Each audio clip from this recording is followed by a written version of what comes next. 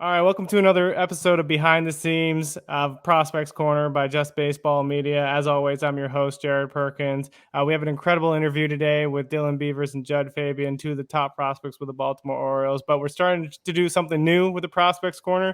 We want to give you some overlooks of the entire team's farm system. So we have Bob Phelan here of the Verge and Orioles Minor League Baseball podcast, Pitcher List, and Baltimore Sport and Life. Bob, how are you doing today?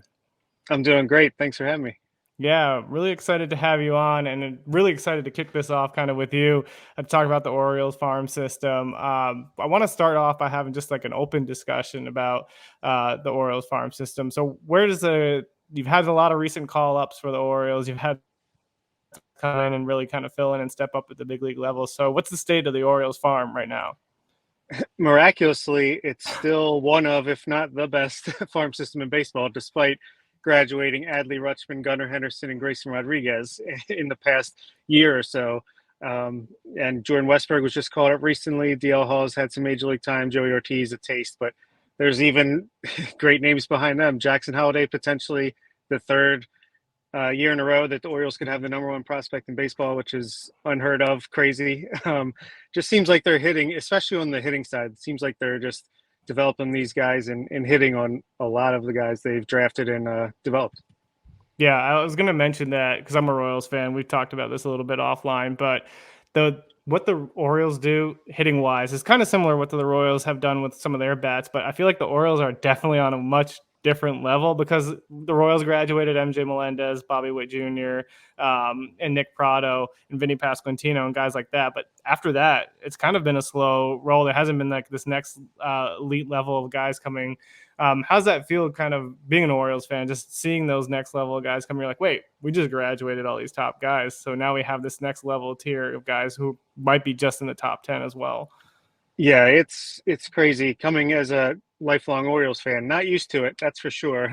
They were never in the international market, and now Samuel Yeah. Basallo is like the first international top 100 type guy that's come in, and it's just the player development has never been this good. So even though they graduated, there's three top end guys. They still have, I think, 9 guys on Baseball America's top 100, with Kobe Mayo being the newest, and he's 21 Yeah. and just destroying Double A. So yeah, it's remarkable, and hopefully it's sustainable. I know Mike Elias, when he took the job, he said the goal is to build an elite talent pipeline. Well, so far so good on that front. Yeah, I was going to say he's done an incredible job with every single draft, it seems like. Even looking at the last one, talked about the two guys that we got the chance to interview in this podcast, Jud Fabian and Dylan Beavers. I mean, those guys were both comp picks, too. And so Jud's been absolutely tearing the cover off the ball, just got called up to Double A. What have you seen kind of in Jud Fabian that you really like? Just love the floor and the ceiling with him. I mean, this defense alone, he's a stud in center field, a true center fielder. Yeah. He's got a decent arm. He's got the range, and then he's just got incredible swing decisions, which makes him a perfect fit for what the Orioles are doing, because it just seems like every guy that's coming up through the system that's what they excel at, swing decisions and taking their walks and only looking to do damage on pitches they can handle. You might get a little more strikeouts that way, but just seems like the power and plate discipline combination is really good with him. And he's already got like 3 home runs since he moved up to Double A. So, picking up right where he left off. And Beaver's a little more of a project, I think, just Yeah. from he needs to be able to tap into that power more in game. But I think once in the track record is the Orioles can get it out of him. Once that happens, I think he could be a monster as well. Yeah, I remember him coming out of the draft. Everybody's comping him to either Kyle Tucker or Christian Yelich, and I mean those are lofty expectations. But I mean he's got the same stature, body wise, and it's kind of I can see why people would put that on him. Yeah, when we talked about him on our podcast, we said he's Kyle Stowers with more upside if he taps into it. Yeah. Yeah, that's incredible. So, kind of, what are your expectations for the upcoming MLB draft? We're kind of a couple weeks away right now. With the Orioles have the 17th pick, I think, a little bit Yeah. later in the draft than usual. But what are you hoping kind of for this year? Well, it's going to be different because the last few years it's like we're locked in on these 4 or 5 guys that we know we're probably going to be able to pick from. In this, it's like the field is wide open and Yeah. still pretty confident, just because you've seen like Gunnar Henderson was 41st overall, Connor Norby was a 2nd round pick. Like we've seen them have great picks later down the line. Again, Jud Fabian, Dylan Beavers. So still confident that they can get someone pretty good at that spot, and hopefully someone like Arjun Namala can fall down to 17, that would be amazing. But either way, it's probably going to be a bat, but it's probably going to be someone that in a year from now we're talking about, oh, another potential top 100 guy. So it's exciting. Yeah. As a Royals fan, looking at the recent MLB pipeline, top 100 and zero were in the top 100 after Gavin Cross has really shown the swing and miss was a concern in the draft, and kind of coming out of it now, it's been a little bit rough. So, but so kind of uh, looking at the pitching side, I think that's one area where the Orioles probably don't have as strong of prospects. I mean, you have DL Hall, Cade Povich, a few others. What are your expectations for the Orioles' future rotation? It's interesting, right? Because when their strategies obviously go hitter heavy early in the Mm-hmm. draft, because that's, I think, just safer. I think you can attest to that. As the Royals, they, Yeah. they went pitching a lot, and no, there's no such thing as a pitching prospect. That whole thing, but it seems like their plan is they're going to target guys with a certain profile later in the draft. Hoppy fastball, tall, right-handed, usually like with one good off-speed pitch. They feel confident they can teach changeups and sweepers. So what we've seen is they take a guy like Justin Armbruster in one of these most recent drafts, and Alex Pham is another pop-up guy right now. It's like these guys were late round picks. I think Alex Pham was 17th round in 2021, pitched out of relief his first 2 years. Then this year, he's been starting, and he has the highest strikeout rate in the Orioles minor league system. And he just got promoted to Double A and had a good first start there. It's like, again, I think they're just trying to develop like 4 or 5 starters, three through five, and maybe worst case they become decent relievers. And they've also targeted pitchers a lot in their trades, so they're Yeah. not exactly drafting a bunch, but they're targeting like Chase McDermott is another guy who's got great stuff if he can just harness it, and Cade Povich, like you talked about before. So I think between trades and building up later draft picks and international guys who they're in the lower minors, still ways to go before the international presence is really felt like. But if you look at the Astros, where Elias and them came from, I mean that rotation is a bunch of international guys like Christian Javier and Mm-hmm. Framber Valdez, et cetera. So I think that's the plan, and hopefully this trade deadline or some offseason or some trade deadline, they can use some of their prospect capital to get a guy kind of like the Mariners did with Luis Castillo last year and trade for him and sign him to an extension. Yeah, I mean that's exactly what the Royals did when they were in their strongest time. They traded Will Myers and a bunch of other guys and got James Shields and Wade Davis in, and those were two key pieces for that 2 World Series run that now seems forever ago. Yeah, absolutely. Yeah. So kind of switching gears here. So what are some under the radar prospects that fans should be paying attention to? Anybody who's like maybe playing Dynasty Fantasy Baseball or just who loves the prospect game should be paying attention to the Orioles system. Yeah, I've got a couple hitters, of course. First up is Creed Willems, who was promoted from low A to high a few weeks ago, maybe a month ago. He just turned 20 years old, like a few weeks ago, and he's got a 161 WRC plus on the year between the two levels, I believe. 15% walk rate, 25% strikeout rate, and this is a guy who last year who started in May, I think, right before his 19th birthday, and just looked terrible. He Yeah. was looking out of shape. He looked just struggled at the plate. Just I guess a lot of focus on learning the pitchers and how to catch over a course of a full season. But he must have done something over the offseason because he looks like a completely different player and a guy who will probably start in Double A next year at 20 years old as a catcher. So between him and Samuel Basallo, seems like Adley Rutschman's going to have a decent backup at some point. And Yeah. the other guy I was going to say is Cesar Prieto, who was an international signing out of Cuba, a little bit older last year. And he started off really hot in 2022. He had a great April in high A, got promoted to Double A, and then seemed to just the long season just grind war on him. He got worse and worse as the season went on. This year, he bulked up over the offseason. He absolutely was killing it for the first 2 months in Double A, was recently promoted to Triple A, and is kind of doing the same thing so far. So he's another guy he's actually not a swing decision guy. He just doesn't walk, but he doesn't strike out. He's kind of like a Luis Ariz type, probably a poor man's Luis Ariz, but Yeah. that's the type of player he is. So yeah, those two guys I think are a little bit under the radar. Prito is really interesting to me because I remember looking him up and I think he was hitting over like 350 at some point. So like if you're not going to walk, if you're going to hit over 350, I guess that's one way to go about it. Yeah, I think he has like a 6.7% strikeout rate for the year, something like that. and That's like a insane. 6% walk rate. So yeah. It's kind of what Javier Vaz was doing for the Royals this year. So if you can, the one guy I want to mention that's really stuck out to me that has kind of popped on my radar is Zach Showalter. I think Jeff Ponce from Baseball America recently had an outing with him, and he was like 93 to 95, topping out at 96. Looked really good, 6 strikeouts in 3 innings. What do you have on Zach Showalter? Yeah, a guy, we have a saying on our podcast: when the Orioles take a pitcher or when they draft a high schooler, especially a high school pitcher, um, Yeah, that means they see something they like. They're going out of their way to get him. And yeah, he didn't pitch last year after the draft, so this is the first we're seeing of him. And man, he's been very impressive. Hoppy fastball, like I talked about the Orioles, and I think he's got a changeup and a slider that are have some potential. So yeah, between him and Carter Baumler, if Baumler could ever get and stay healthy, I think those two guys are like, the potential mid to upper tier rotation arms down the line.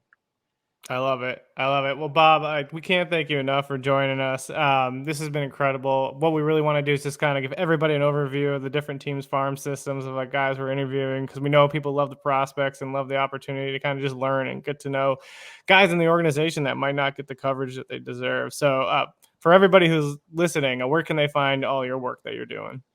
Yeah, I'm on Twitter at the Oriole Report. Our podcast Twitter is at BSL on the Verge, and we tweet out a lot of highlight videos and promotions like from levels in the minor leagues promotions. And if you search BSL on the Verge anywhere in your podcast feed, you should find us. And yeah, give us a listen and see what you think. Awesome. Well, this has been incredible, Bob. We're going to now turn it over to that interview with Dylan and Jud Fabian. All right, welcome to the behind the scenes prospects corner. We have two of the Baltimore Orioles top prospects, Dylan Beavers and Jud Fabian. How are you guys doing today?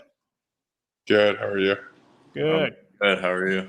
Good, good. Excited to have you guys on. So we got a few questions for you all. Some that are for both of you, some are just for each of the individuals. But for both of you guys, so you played at big D1 schools. Dylan, you're at Cal. Jud, you're at Florida, and pretty big conferences with the Pac-12 and SEC. So college baseball is a little bit different than the minor leagues. What's been the biggest adjustment for you guys as you've kind of gone from the college game mid to the pros? And Dylan, we'll kick it off with you.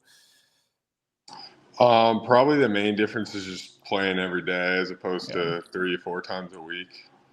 And then I'd say like the arms you see, it's more consistent, like more consistently good arms as opposed to seeing like a few good arms a week. It's like every arm's pretty good. So those are kind of the two main differences. Yeah, I'd have to kind of lean on that and say it's the same kind of level of playing.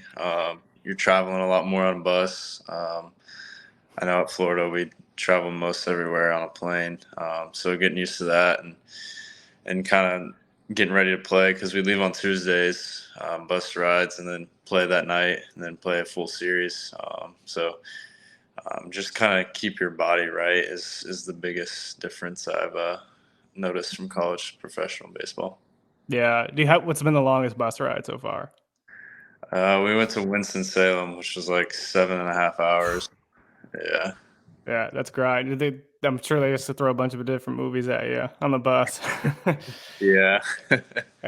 That's awesome. I guess the next question, kind of going into it, what's kind of been the biggest kind of like aha moment for you guys? Like now you've made it to professional baseball that you're like, oh, this is it. I'm chasing my dream, chasing my goal. Yeah, I think for me it's like, oh, I get to do this every day. Like if I have a bad game, say on Wednesday, I know I got Thursday, Friday, Saturday, and Sunday to have another opportunity at it. So I think that's kind of like, okay, I'm playing professional baseball. In college, you have a bad day on Sunday, you have to wait till Tuesday or Wednesday if you're playing a midweek, or even next Friday if you're not playing a midweek. So getting to play every day, it's kind of like, all right, I'm finally playing professional baseball, and one bad day, it doesn't affect my play at all. Yeah, I just say like it's similar to that. It's like you're there, you're at the field every day. It's kind of all we're doing now. So you're at the field for 9, 10 hours a day. and that's kind of what your schedule revolves around. Obviously, it's your job now, so it's exciting that you get to basically put all your focus and energy towards one thing. Kind of as you guys made that transition from college to pro ball, how helpful has it been to have guys like Max Wagner, Maxwell Costas, Carter Young, all these guys who've played at the college level and are kind of making that same transition with you? How's it helped in terms of like developing connection and really doing that journey through pro ball with each other? Yeah, it's been fun getting to know those guys and kind of being able to experience this all for the first time together. We all went down to Sarasota right after the draft and kind of got to meet each other and get to know how everyone's doing. But it definitely helps having someone who's been to college as well and kind of share their experiences and how they go about their day and be able to kind of grow up in professional baseball with them. Yeah, for me, it's cool getting to hear from the other guys who were, especially guys from different conferences like SEC, ACC guys, how different their college experience was, like playing college baseball than mine. That's definitely been the most interesting part. But it's at the end of the day, we all kind of played similar level of college baseball, and it's nice having them there to kind of go through it with. Yeah. Dylan, just kind of question for you, because I know you were recruited to Cal as a pitcher. Kind of talk about that transition of having to go from pitching to hitting, and do you miss being on the mound and throwing? Yeah, I kind of just I threw hard in high school, and I always knew I kind of wanted to hit. I knew I had more tools that could be of value. So being a hitter, playing every day is kind of always what I wanted to do, and pitching was kind of just a way to get me to a school where I could showcase my hitting and stuff. So yeah, I think after my freshman year, they never asked me to pitch again. All I did was play outfield. So yeah, I'm glad that I don't have to pitch anymore. I never really enjoyed it all that much. I like hitting a lot better. So got where I wanted. Yeah. Yeah, that's incredible to see how you had to make that transition. Judd, kind of going into your story a little bit. So you were taken by the Red Sox the year before, but decided to go back to Florida to have that opportunity to play college with your brother. Something that we really focus on is the human side, and kind of tell us about what went into that decision and what made it so important to really have that extra time, actually having the opportunity to play at the college level with your brother. Yeah, it was a rough junior year. Ended up getting picked by the Red Sox, and things didn't work out. And so I had to talk with my family, and we basically decided, look, me and Derek, we've kind of dreamt of this our whole lives of wanting to play collegiate baseball with each other, and we had the opportunity to do that. And I said, you know what? This is the best opportunity that we're gonna have. So I'm gonna take it, and it was one of the best decisions I've ever made going back to college. Yeah, kind of. What would you say? Kind of was. How did you grow your game the most, and kind of grow as a person? Spending that extra year at Florida, really having that time with your brother too. Yeah, so basically it just helped me kind of mature and become a better person rather than a baseball player. I felt like I took a great step off the field, and that helped my game on the field. Just having him around too, he kept me honest on the field and off the field. He's not afraid to say anything to me when I'm going bad or doing good, keeping me level headed. So it really kind of helped off and off on the field aspects. So it was a great year. Yeah, I got to imagine it helped him too in terms of that transition, because you've been through it, right? You got to go through every step at college, knew what the ups and downs were. Like if problems came up, I'm sure you were able to kind of mentor him through some of that too. Yeah, he always asked me questions last year, and I was able to give him an honest answer, not give him one that's going to lead him anywhere bad. I was honest with him, and he really was grateful for that, and it helped him throughout his freshman year. Yeah. That's incredible. So the other thing we kind of focus on too on the podcast is powering through moments of adversity, and both of you had to face having a season cut short due to the COVID-19 pandemic. How did you kind of power through that and kind of get through it, like emotionally and physically, and kind of get yourself prepared because you wanted to keep playing college ball, you wanted to make it to that next level. So how did you get through that kind of moment? Yeah, I mean, it was definitely tough. We were doing pretty good as a squad, and we were about to start SEC play, and we got told it was canceled. The whole season was canceled, and so it immediately went to, all right, we gotta go home, like get all our stuff out of Gainesville and go home. And I was grateful enough that my brother was home with me, so we never stopped practicing. We had to go out in the backyard and throw, make sure just staying within the game, hitting with each other, all that stuff. So it was really good. But it was difficult not being able to play for a while. Surely was difficult, but kind of getting that time together to keep practicing helped. Yeah, for me, it was honestly, it was good in the aspect that I got to kind of improve on the stuff that I needed to work on. Because we didn't go back for the fall, so I got just about a full year. I got like 10 months, something like that, just to try and gain weight, get stronger, faster, improve in the aspects of the game that I thought I needed to improve on. So for me, obviously, it was weird not being, just getting a few months at college because I was a freshman that year. Just kind of getting a taste of the experience and then having to go home for another year basically until we went back. But I'd say I tried to take advantage of the extra downtime that I had. Yeah. Yeah, you're probably excited to get out of the parents' house, and you're like, well, Yeah. going back to it. Yeah, exactly. Yeah, that's kind of awesome. Having those moments of adversity too, I'm sure helped prep you kind of to get ready for pro ball.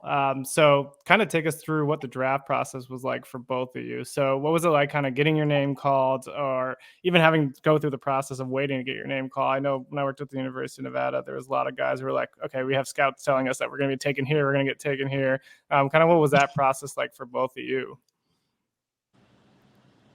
Yeah, it was a long waiting process. For me, it was kind of 2 years in the making. You know, my junior year, when I got drafted by the Sox, I actually was going to go to the Orioles for the next pick. And so it was kind of 2 years in the making. I got a call from my agent and said, all right, you're going to the Orioles right here with this pick. And, it's kind of like a dream come true. I got to spend it with family too, which made it even better. So it was a long time coming. So it was just a really great night, all in all. Yeah, for me, it was definitely a stressful time. So it was hard not to be stressed because I had no idea where I would end up falling, what team, what pick. So I was definitely a little bit stressed, anxious leading up to it. But then, whenever I got my name called and figured out where I was going, it was a relief and kind of just eye opening and gave me an opportunity to see how far I'd come. And so it was definitely a blessing, like being able to hear that. Not many people get that opportunity, especially earlier on too. So it was a really cool experience. Yeah, that's awesome. So I kind of have, now that you've transitioned into pro ball, what are some of the aspects of your game that you're really like, oh, okay, this is what I want to work on this year? Have you kind of pulled out different things that you are really wanting to work on this year? You could go ahead, Beast. Yeah. For me, definitely hitting, just kind of adapting to the pitching.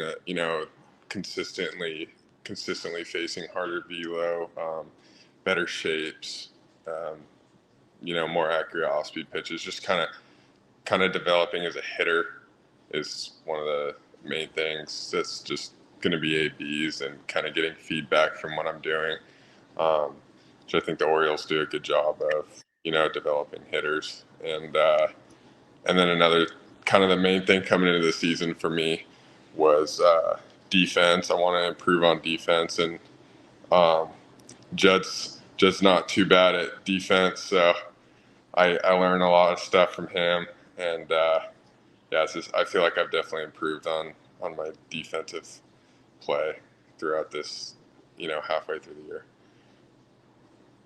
Yeah, and for me, it's just basically been getting a little better on the pitch selection side. I was kind of a chaser in college, chased a bunch of pitches out of the zone, and so kind of the Orioles do this thing where they put a bucket and a med ball behind home plate, and if it's going to hit the med ball, swing. If it's not, then take it because it's not a pitch you could drive.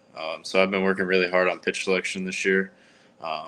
Just kind of talking to all the other guys about what their mindset is going into the plate too. I know Beavs is very patient as well, so I've been talking his ear off, trying to get what he kind of thinks when he goes up to the plate, and it's really helped me throughout this year become a better pitch selector and drive more balls in the zone. Love it. Yeah. So kind of as we dive into the last couple of questions here, the first one I always ask is because we focus on the human side of the game. What are some of the things and passions that you have away from baseball that really help you when you get off that field, have that separator, so that you can go home to and kind of take your mind off of baseball a little bit? For me, I didn't, coming into pro ball, I didn't have a ton of hobbies just because, a lot of your time spent in college is baseball and school. So I'd say like just hanging out with my teammates in college was mostly what I did in my spare time. But lately I've been trying to pick up hobbies. So when we were in Florida, I kind of started fishing. Jud started to help me out with that, and Preston Johnson too, another guy in our draft class. He's a big fisher, so I got into fishing a little bit, and then I also got a guitar too, so been trying to work on that. How far have you gotten with the guitar? Not too far, but it's not as easy as I thought it would be. I played the ukulele in high school, and I thought it would be similar to that, but it's a little bit more advanced for sure. Yeah. How about you, Jud? Yeah, I'm an outdoors guy. Being from Florida, just kind of love being outdoors. So hunting, fishing, whatever it is. And yeah, at Sarasota, me and Beast would always go try to fish the little ponds during spring training. Didn't work most of the time, but we caught a few fish.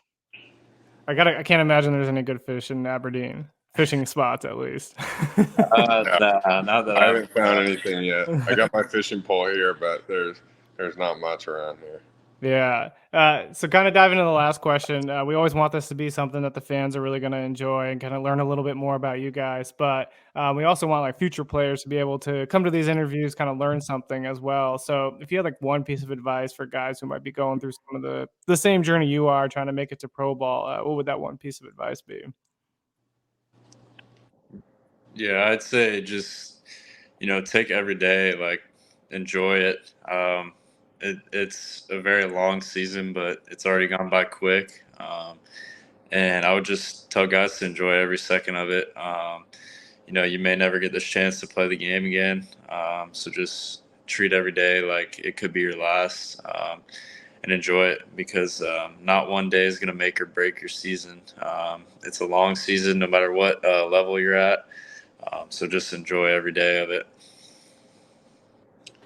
Yeah, for me, it would just be like, when you're going to play a game, just be confident. Makes the game a lot more enjoyable. If you're doubting yourself when you're out there on the field, it's stressful, not very fun. You're not going to get the results you want. So just be confident in the work and preparation you've done, and just go out and compete and have fun. Yeah, I love that because I mean, if you beat yourself before you even go out there, that other guy's got your number. So Exactly. Well, Judd, Dylan, we can't thank you enough for taking the time to join our behind the scenes. We're wishing you nothing but the best this season. And we'll be watching your careers. Thank you for having us. Appreciate it.